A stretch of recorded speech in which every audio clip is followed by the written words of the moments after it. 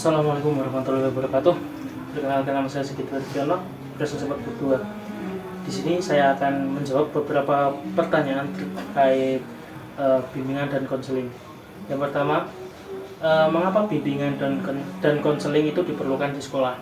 Nah, bimbingan dan konseling itu diperlukan di sekolah karena setiap peserta didik yang ada di sekolah itu memiliki perbedaan secara individual, baik dalam hal potensi, minat, kemampuan, serta bakatnya.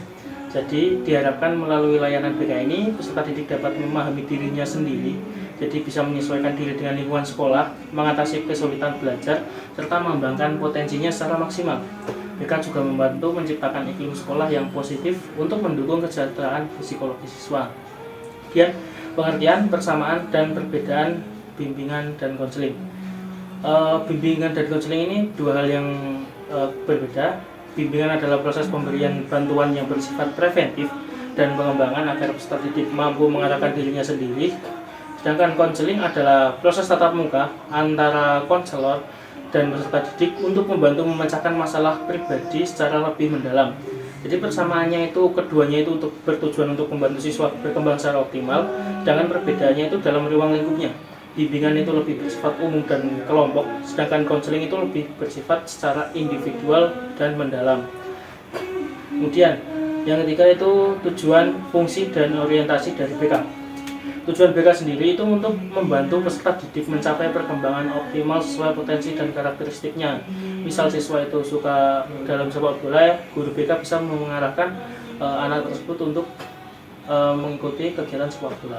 Kemudian fungsi BK, ada fungsi preventif pencegahan, fungsi kuratif penyembuhan masalah, fungsi pengembangan untuk mengembangkan potensi siswa, dan fungsi advokasi untuk melindungi hak-hak dari siswa. Kemudian orientasi BK itu berorientasi pada perkembangan dari peserta didik, bukan sekedar perbaikan masalah, tetapi membantu siswa itu tumbuh menjadi pribadi yang mandiri, bertanggung jawab, dan juga bahagia. Kemudian yang keempat ada asas-asas dan prinsip BK.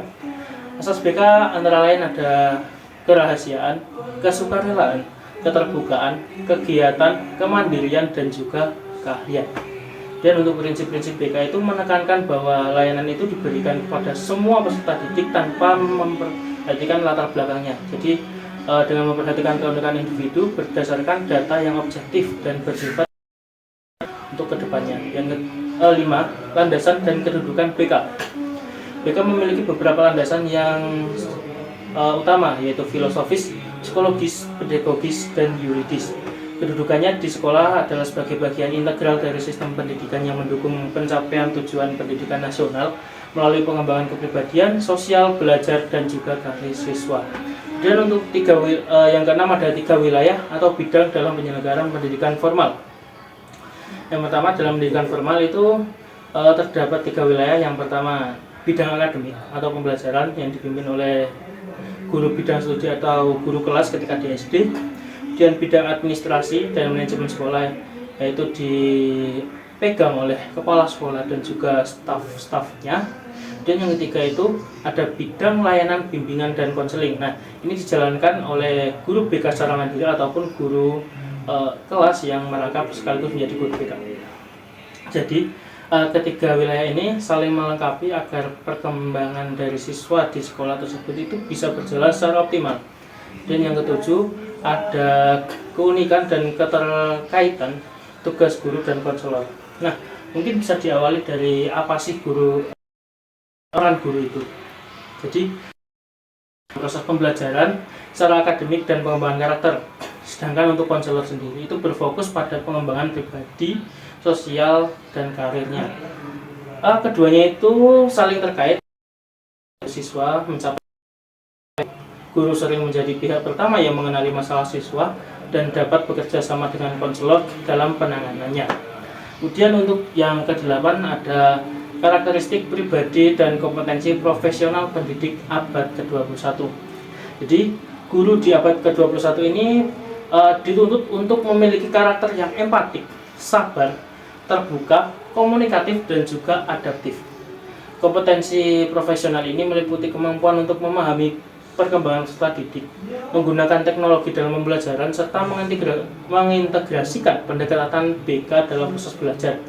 Kemampuan komunikasi empatik yang sangat penting ini agar guru dapat membangun hubungan positif dan mendalam dengan siswa.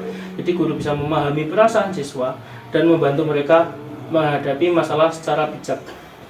Kemudian untuk ada penerapan pengetahuan BK bagi guru SD.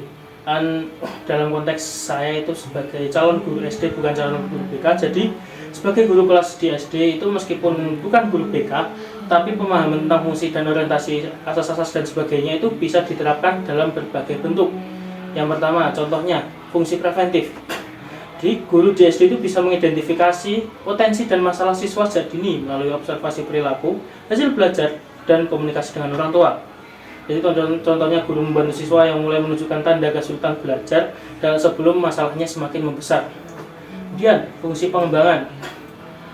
Guru memberikan kesempatan kepada siswa untuk mengembangkan minat dan bakatnya, misalnya dengan kegiatan proyek, lomba, ataupun kerja kelompok yang sesuai dengan potensi mereka. Dan orientasi pengembangan. Guru tidak hanya fokus pada nilai akademik, tapi juga memperhatikan perkembangan sosial, emosional, dan moral siswa, seperti membimbing anak agar saling menghargai dan bekerja sama dengan baik. Yang selanjutnya, asas kerahasiaan dan empati. Guru menjaga privasi siswa ketika membicarakan masalah pribadi yang terkait siswa tersebut dan mendengarkan mereka dengan empati tanpa perlu menghakimi. Yang selanjutnya, asas kemandirian.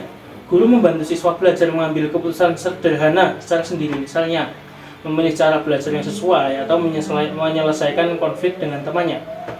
Jadi, dengan penerapan prinsip-prinsip BK dalam pembelajaran, guru kelas itu dapat berperan sebagai pembimbing awal yang mendukung kesejahteraan psikologis dan perkembangan siswa secara utuh. Sekian dari saya. Wassalamualaikum warahmatullahi wabarakatuh.